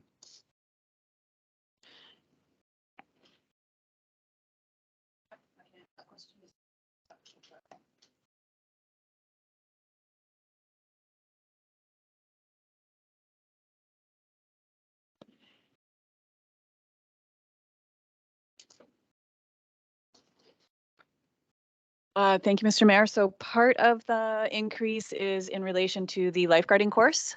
So that was budgeted at 12,000, I believe, for the lifeguarding course. Mhm. So that's part of the expenditures. The rest is. But is that not a lot of COVID money that we put on there? It is, so you're gonna see an increase up above as well. See, you've got transfer from reserves. If you, sorry, if you look on page 91, rather than the summary, let's look at the actual department for the rec center. 91. I'm there. So you've got a transfer from reserves, last item in your revenue section Mhm. of 44,500. Correct. That offsets the expenditures down below, the increased expenditures. Okay, so So it's an in and an out. So basically, by just looking at the one, because of the way the accounting is done, I see a large number at 276, but that's actually not the real expenditure. What is the real expenditure? We're taking that 276, minusing the 43,000? Yeah. Some extra things that we do, right?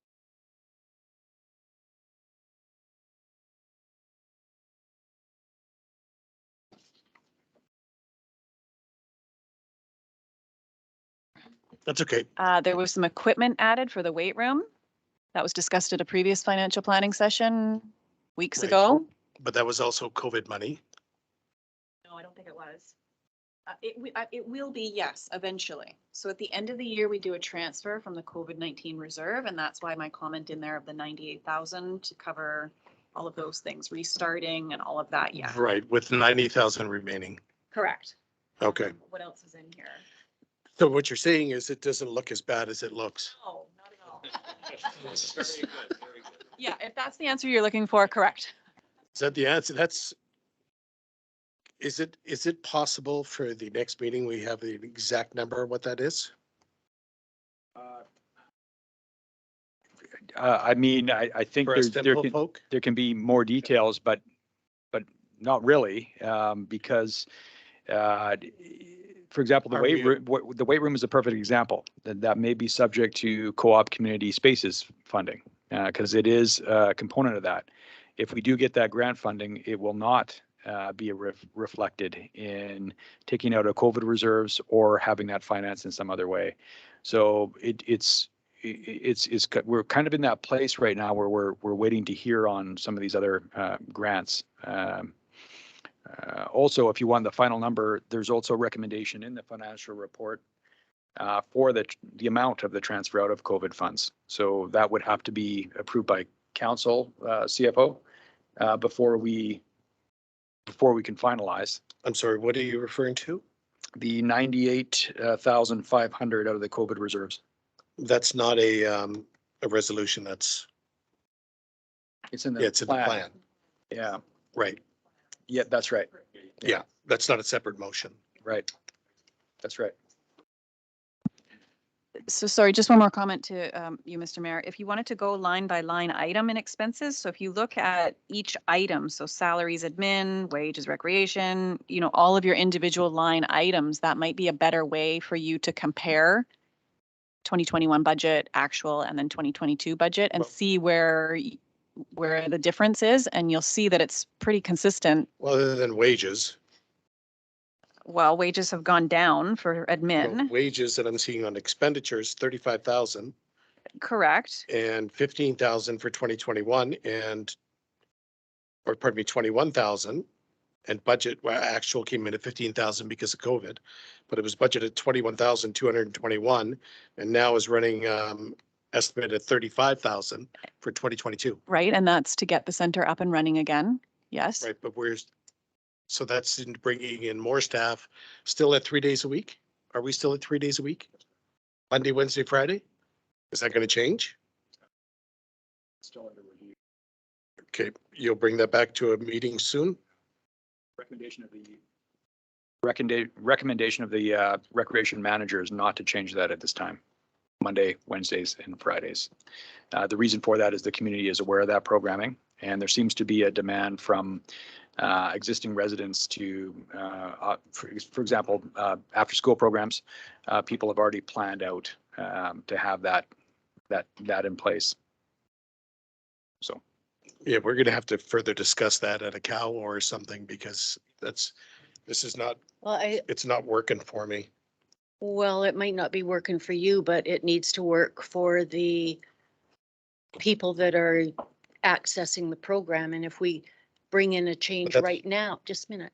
If we bring in a change right now, there's May and June left of the school year, and why don't we wait until at least September and give them notice of changing the plan? How much money are we going to save between, and if we throw, like, just all of a sudden, say we're going to change the plan and it's only for 1 month of left of the school year for the after school program, and everybody's prepared to take their kids to Monday and Wednesday or Wednesday and Friday courses, that the new ones that are set up. And then now if we come in and say, okay, we're going to change this just because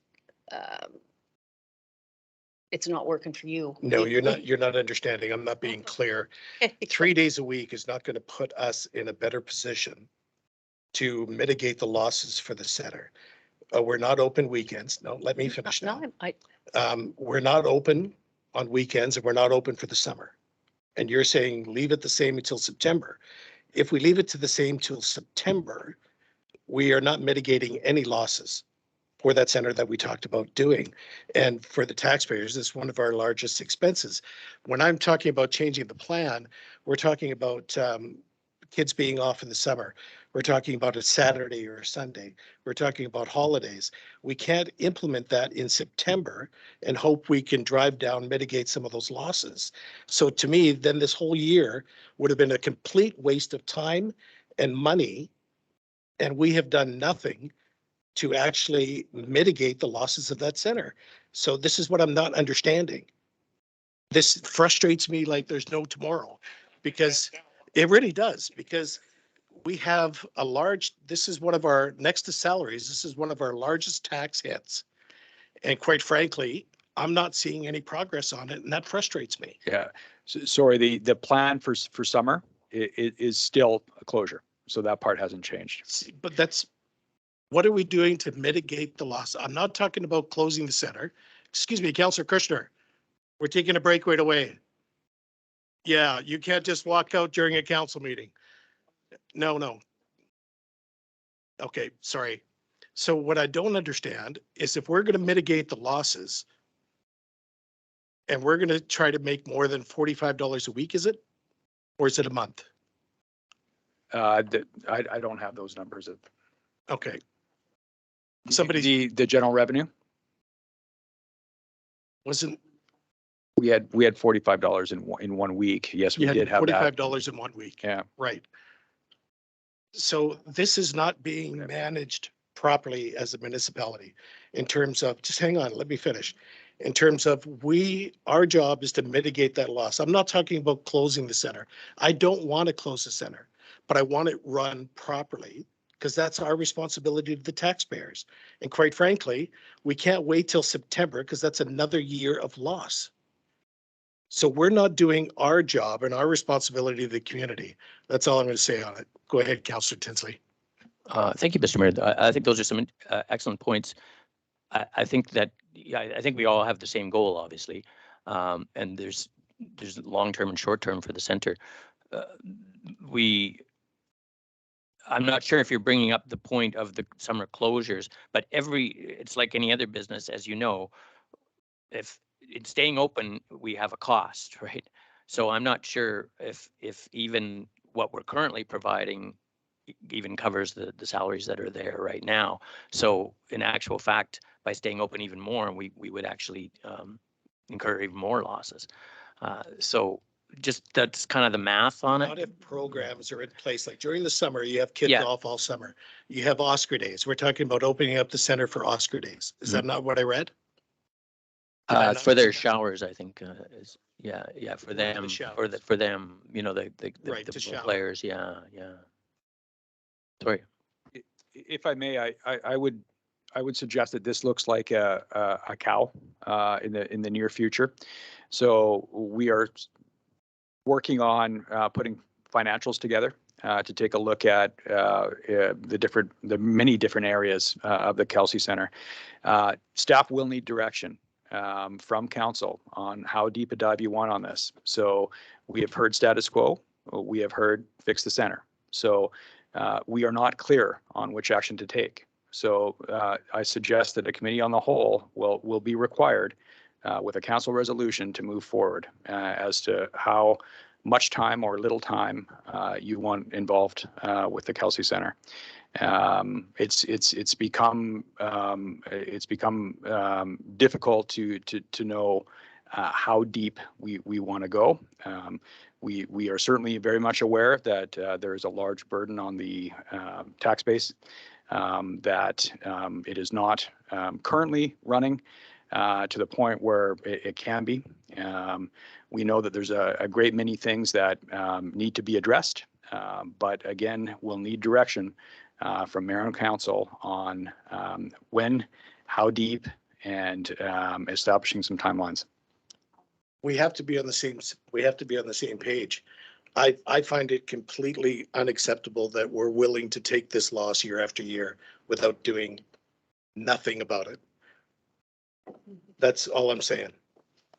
Again, I'm done. So at the cow, we're going to do something. Yes. There we go. Well, talk is cheap. We got to move on it. Okay.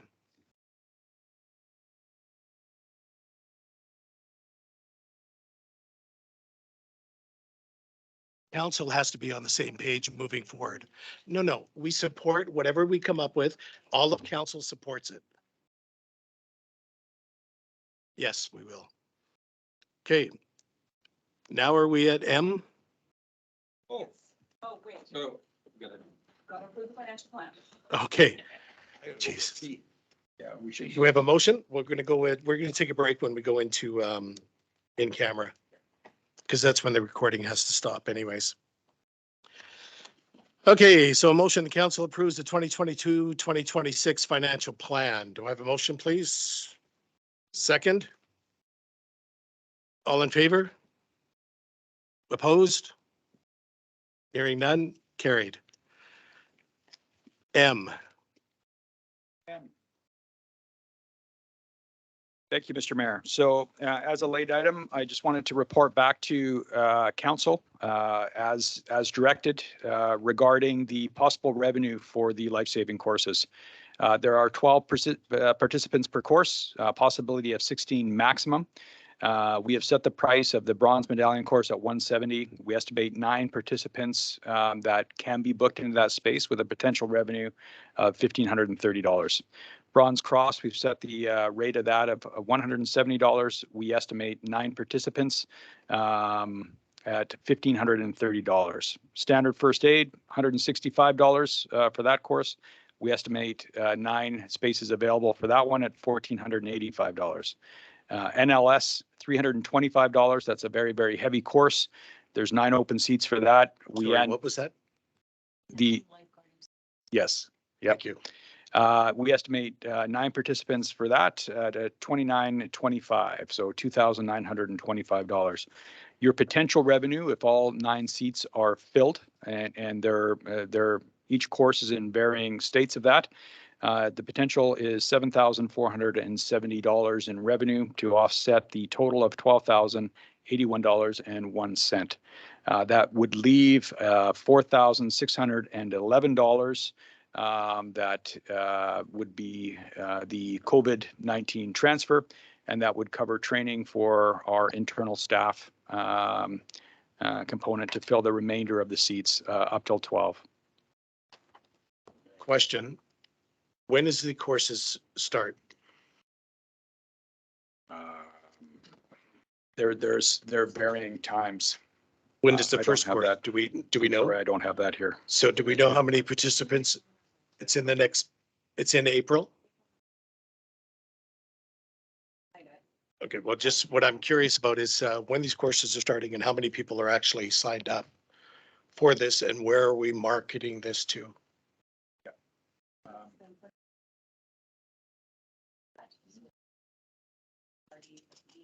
Have the municipalities been notified as well? Yeah, rec centers have been notified, and let them know that we are offering this course and there is interest. And it's in our newsletter. Okay, Newsletter. but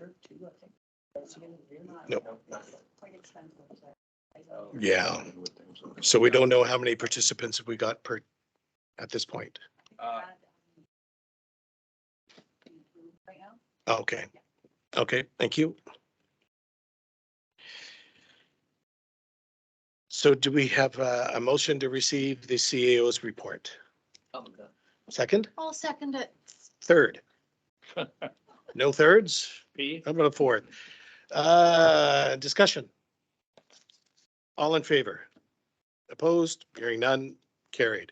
Bylaws, fireworks regulation bylaw number 481, 2022. Recommended resolution that the fireworks bylaw number 481, 2022 be given fourth and final reading. Do I have a motion? I'll move that. Second, I'll second it. all in favor?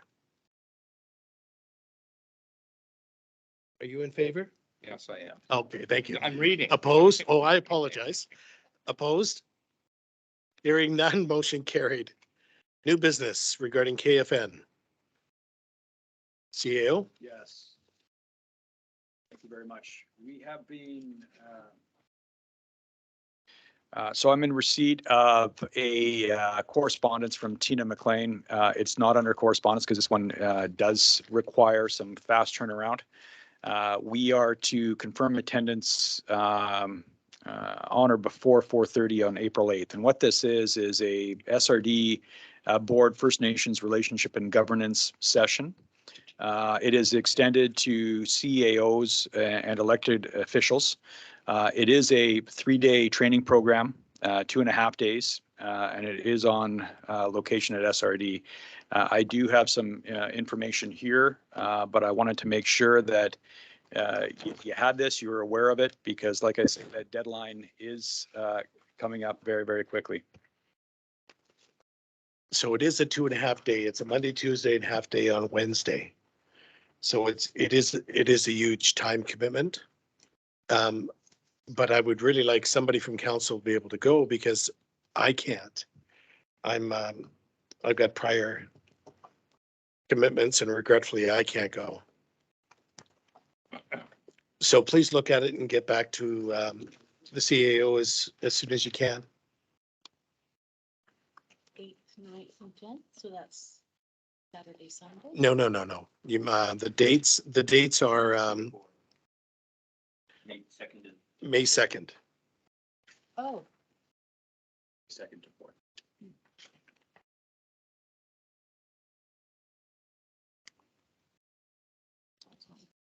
I could go, but council is on the 3rd, right? May 3rd, so. They would usually be done around 4, 4:30. Yeah. Yeah.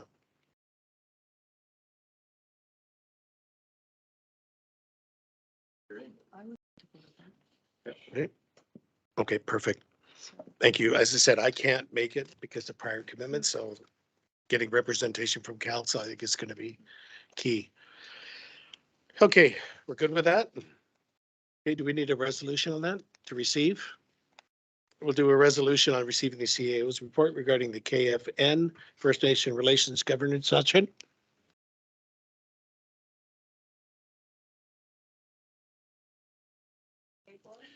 And we have a motion that Councillor Paulson attends and all the per diem expenses be paid from council and also with the CAO.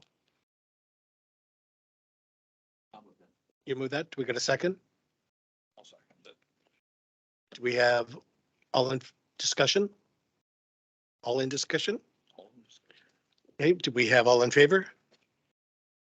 Opposed? Okay, carried. Public question period. For the purpose of public question period, enable citizens to ask questions to council or any issues to the citizen asking a question.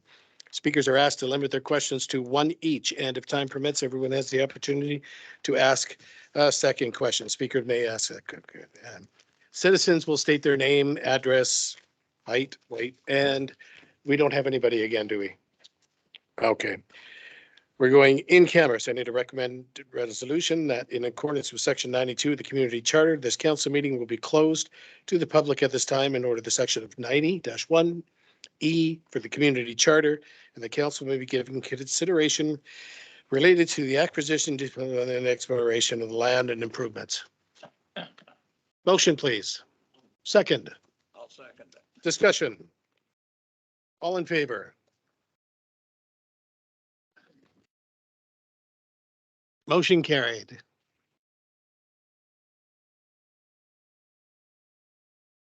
I apologize.